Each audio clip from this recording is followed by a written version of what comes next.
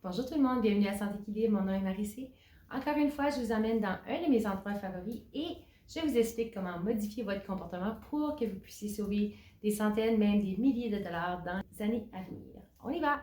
On est présentement dans notre shelter en arrière de la maison, donc je vous ai déjà mentionné, on a 40 heures en arrière de la maison et on s'est bâti un petit shelter pour venir les fins de semaine quand on ne peut pas se rendre au camp. Donc, c'est un shelter, il n'est pas terminé. Moi, je l'aime comme ça. Je sais qu'éventuellement, probablement que mon mari va le terminer, mais moi, je préférais le garder comme ça, mais je comprends que ça doit être terminé éventuellement.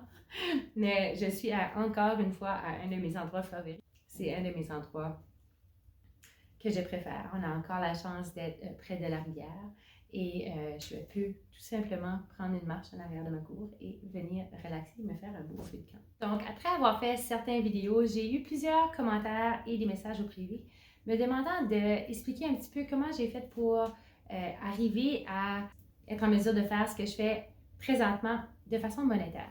Et je me suis dit, mais peut-être que je pourrais vous expliquer comment j'ai débuté tout ce beau projet ici. Donc, pour les personnes qui me connaissent personnellement et pour ceux qui ne me connaissent pas, j'ai fait une carrière à modifier le comportement des enfants, donc pour que les enfants deviennent plus heureux et puissent vivre une vie saine et épanouie. Donc, quand je me suis mis à regarder comment je pouvais faire pour sauver des sous, j'ai utilisé les mêmes stratégies pour modifier mon propre comportement de consommatrice. Donc, comme vous le savez, on vit en ce moment dans un monde de consommateurs. C'est très simple pour nous d'aller chercher ce qu'on désire au magasin. On ne se pose plus la question à savoir est-ce que c'est nécessaire, est-ce que ce n'est pas nécessaire. Donc, j'ai commencé à analyser un petit peu ce qui se passait dans la société, qu'est-ce qu'était mon comportement, comment je pouvais modifier mon propre comportement. Et je me suis dit, je vais en jaser avec vous. Je ne sais pas si vous étiez au courant, mais une famille canadienne typique a environ 300 000 objets dans leur maison. 300 000 objets en leur possession en ce moment, en regardant tout autour de vous. Okay? Donc ça ne compte pas les objets que vous allez acheter après avoir regardé les vidéos et les objets que vous avez déjà achetés et que vous avez jetés. Donc c'est 300 000 objets alentour de la maison. Donc si on fait un calcul vite, là, et je ne suis pas la meilleure en mathématiques, mais si disons que chaque objet aurait coûté 1 $, on s'entend qu'il y a des objets qui coûtent moins, mais il y a des objets qui coûtent beaucoup plus. C'est 300 000 $ d'objets, de choses, de stuff qu'il y a dans votre maison. Je sais que ce n'est pas pour toutes les familles, mais c'est juste pour vous donner un aperçu de ce qui est la moyenne canadienne. Donc, on vit dans un monde de consommateurs. On vit dans un monde de je l'ai besoin, je veux l'avoir, je vais aller le chercher. Et c'est correct d'être comme ça. Mais si vous écoutez la vidéo jusqu'à ce moment ici, c'est probablement parce que vous vous posez la question comment est-ce que je peux faire autrement. Donc, je vais vous expliquer comment j'ai fait autrement. Dans le passé, ce que je faisais habituellement, c'est que je me donnais un genre de renforçateur. Donc, je me récompensais pour avoir travaillé dur. Et je pense que pas mal de personnes font les mêmes choses. Donc, je travaille dur, je mérite d'avoir ce que je veux avoir, donc je vais aller l'acheter. Et c'était un cercle vicieux. Un cercle vicieux parce que non, je ne suis pas une personne qui achète beaucoup de vêtements et des choses comme ça, mais c'était facile pour moi d'aller dépenser des sous sur d'autres choses. Et c'est à ce moment-là que je me suis aperçue, OK, donc je travaille plus fort pour faire plus d'argent, pour être capable de dépenser l'argent, mais au bout de la ligne, j'aimerais travailler moins et être plus avec ma famille. Donc, ce que j'ai commencé par faire, c'est me faire 2 objectifs principaux, 2 rêves. Donc, pas des objectifs avec une date prédéterminée comme certains experts vont vous le donner. Là. C'était seulement 2 rêves. Qu'est-ce qui est ton but en ce moment, Marie?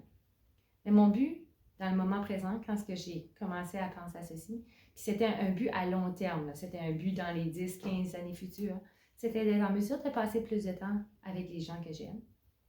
C'était de vivre de mes passions. On s'entend que les passions changent d'année en année.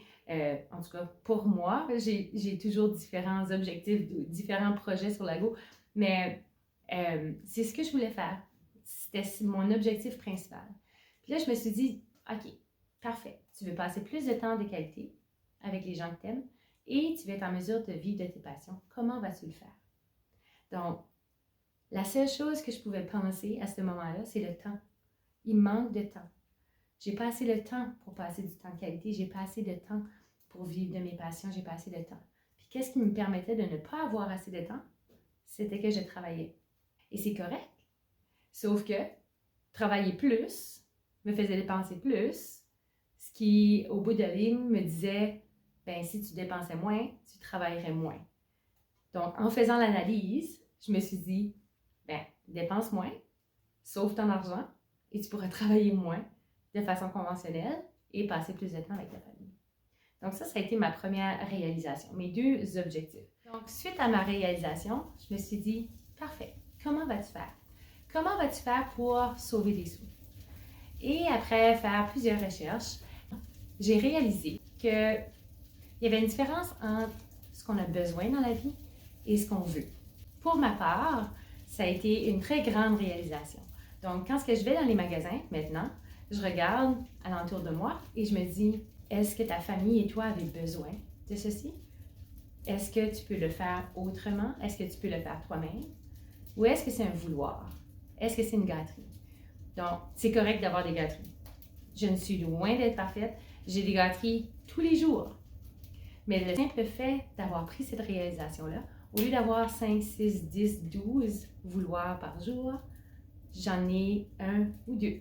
C'est certain que j'ai encore mon café le matin, je prends encore ma drive le matin, qui me coûte beaucoup de sous. Mais c'est quelque chose qui me rend heureuse et j'ai décidé de faire ce choix. Mais, à chaque fois que je rentre dans un dépanneur, puis que je mets du gaz, je ne vais pas prendre la barre de chocolat et je ne vais pas acheter quelque chose à l'improviste. Je ne vais pas acheter des choses sur Amazon juste parce que ça me tente de l'acheter sur Amazon que je viens de voir une publicité. Donc, ce simple fait de prendre en considération ce que je veux et ce que j'ai besoin a fait une très, très, très grande différence dans notre état financier. Pour vous expliquer un peu plus en détail ce qui se produit dans notre cerveau, et je ne suis loin d'être une experte, donc c'est seulement les lectures que j'ai faites. Si vous avez besoin de vrais conseils, s'il vous plaît, allez voir quelqu'un qui pourrait vous conseiller et qui a un bac ou autre dans les domaines. C'est simplement mon parcours dans ma vie et les recherches que j'ai faites personnellement. Donc, ce qui se passe dans notre cerveau quand on fait un achat de quelque chose qu'on veut. Donc, on a décidé qu'on vient de poser la question, ceci je l'ai besoin, ceci je le veux. Donc, on fait l'achat d'un objet qu'on veut. Ce qui se passe dans notre corps, c'est de la dopamine. Okay? Donc, vous allez avoir un boost ou un rush de dopamine, d'un moment présent-là, de quelques secondes, vous allez vous sentir heureux. Okay? Et ensuite de ça, il y a la cortisol qui va embarquer. La cortisol, c'est l'hormone qu'on appelle l'hormone du stress. Donc là, vous allez avoir, suite, parce qu'il va y avoir comme une courbe, donc vous voulez faire l'achat, finalement vous l'avez acheté, et ensuite de ça, ça va descendre. Et là, ça va être les regrets et la honte. Et pourquoi j'ai fait ceci?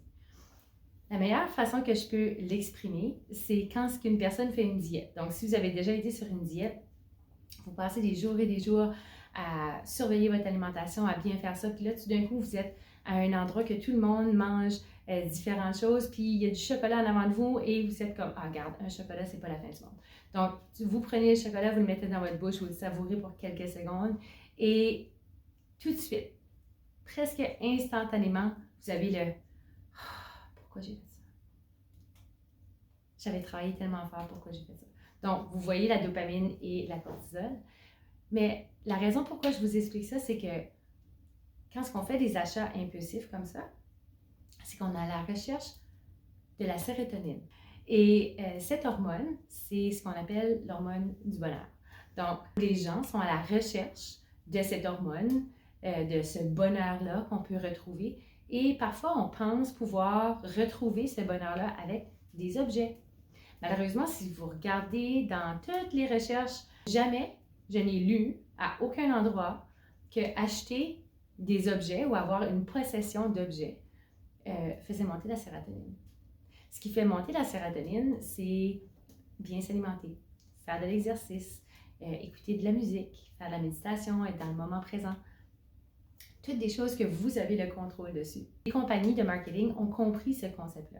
Ils ont compris le concept que les gens sont à la recherche du bonheur. C'est normal, ça fait des années, depuis que l'être humain est sur la Terre, qu'on est à la recherche du bonheur. Et qu'est-ce que c'est le bonheur? Mais ça dépend de la personne, c'est certain.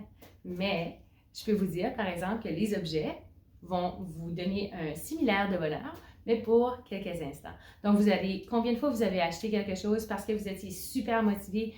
Celui-là qui me vient le plus fréquent, c'est les chers objets à exercice. Donc, j'ai des amis qui ont un gym dans leur maison et pour eux, ça leur rend heureux parce qu'ils font de l'exercice.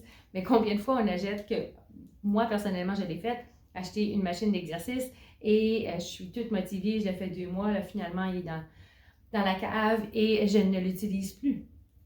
Cette même machine qui me faisait faire des escaliers comme ça, je pouvais aller prendre une marche de mon 40 heures en arrière, ça aurait fait exactement la même chose. Donc, à ce moment-là de l'achat, c'était un achat impulsif. Je n'avais pas besoin de cet objet-là. Je voulais cet objet-là. J'ai fait l'achat. J'ai été contente et maintenant, il est vendu. Donc, il est vendu à un prix beaucoup moins cher que ce que j'ai payé. Donc, c'est un roulement dans l'argent.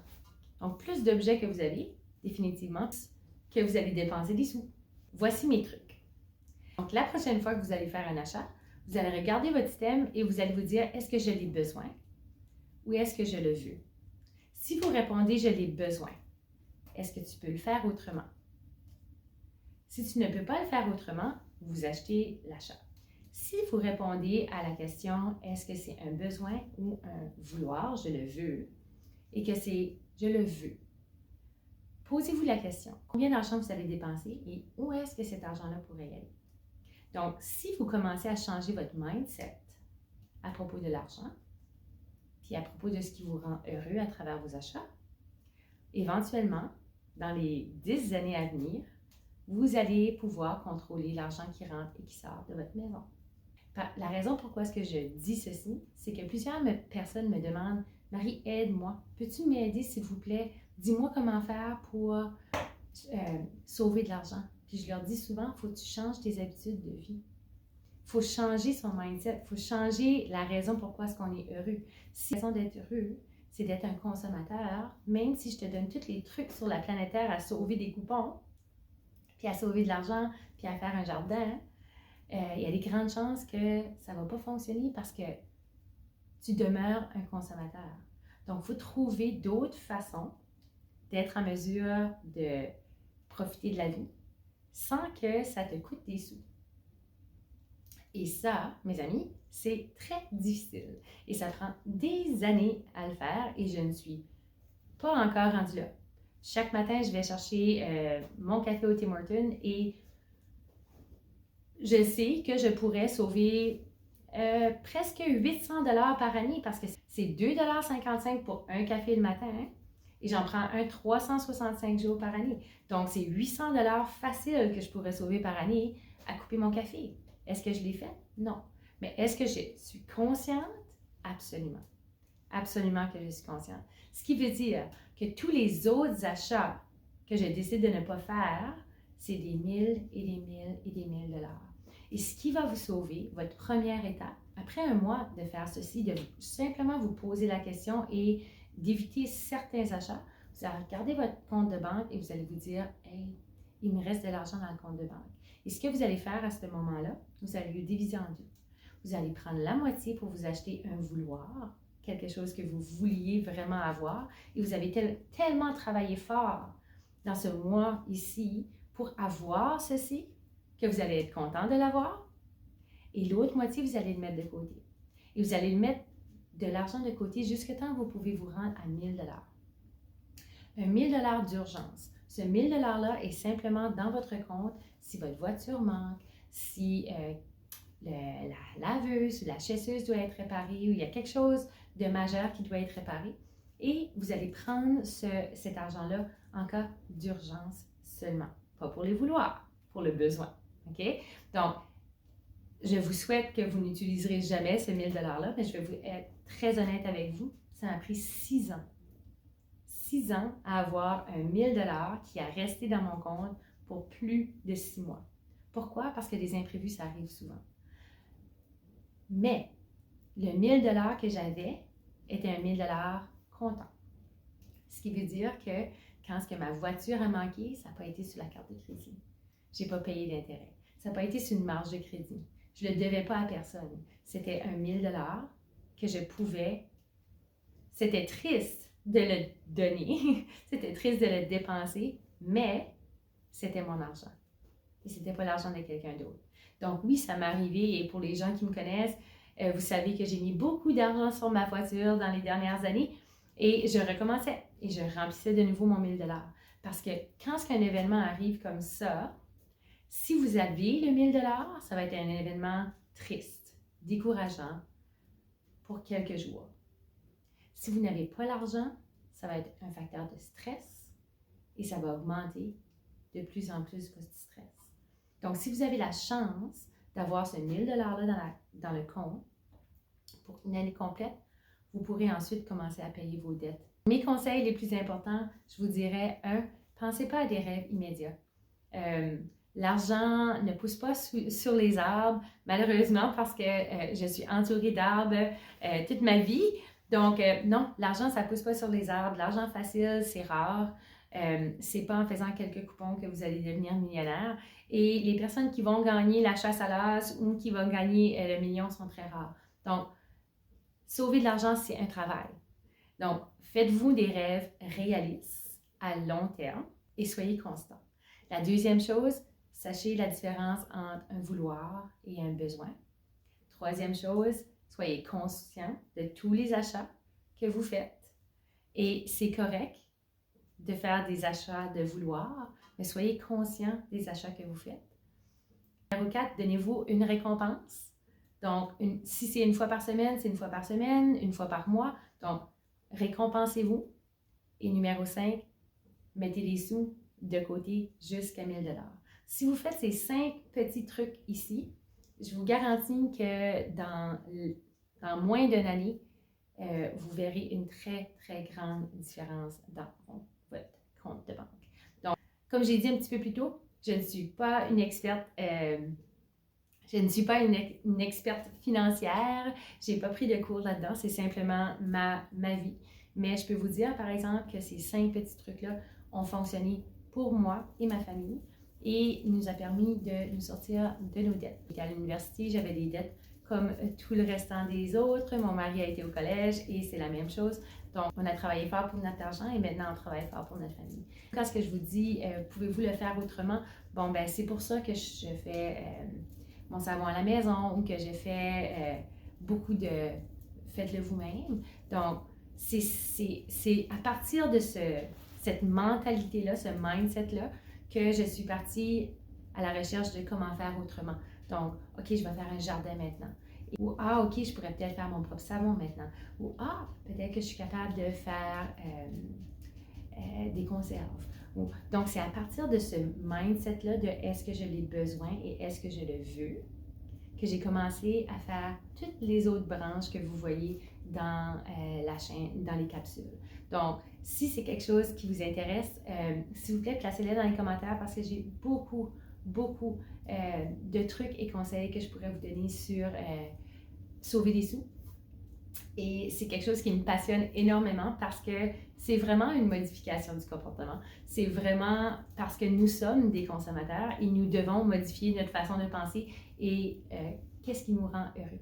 Donc, si vous avez aimé la capsule, s'il vous plaît, faites un like, faites un commentaire, s'il vous plaît. Je ne vois pas beaucoup de commentaires et pour moi, c'est important parce que j'ai besoin de savoir ce qui vous intéresse comme vidéo. Donc, une des questions que je vais vous poser en ce moment, j'aimerais vraiment que vous le placiez dans les commentaires. Est-ce que vous préférez avoir une vidéo par semaine d'une plus longue durée ou 2 ou 3 vidéos de plus courte durée? Donc, j'aimerais vraiment savoir qu'est-ce que vous pensez de ceci parce que je suis prête à faire les deux différents. C'est certain qu'une vidéo de plus longue durée prend plus longtemps à faire, donc j'en fais une fois semaine ou des petites capsules plus vite, je peux en faire plusieurs fois dans la semaine. Donc, laissez-moi un commentaire. N'oubliez pas que partager les vidéos en ce moment est la meilleure façon de nous aider et on se voit à la prochaine vidéo. Bonne journée!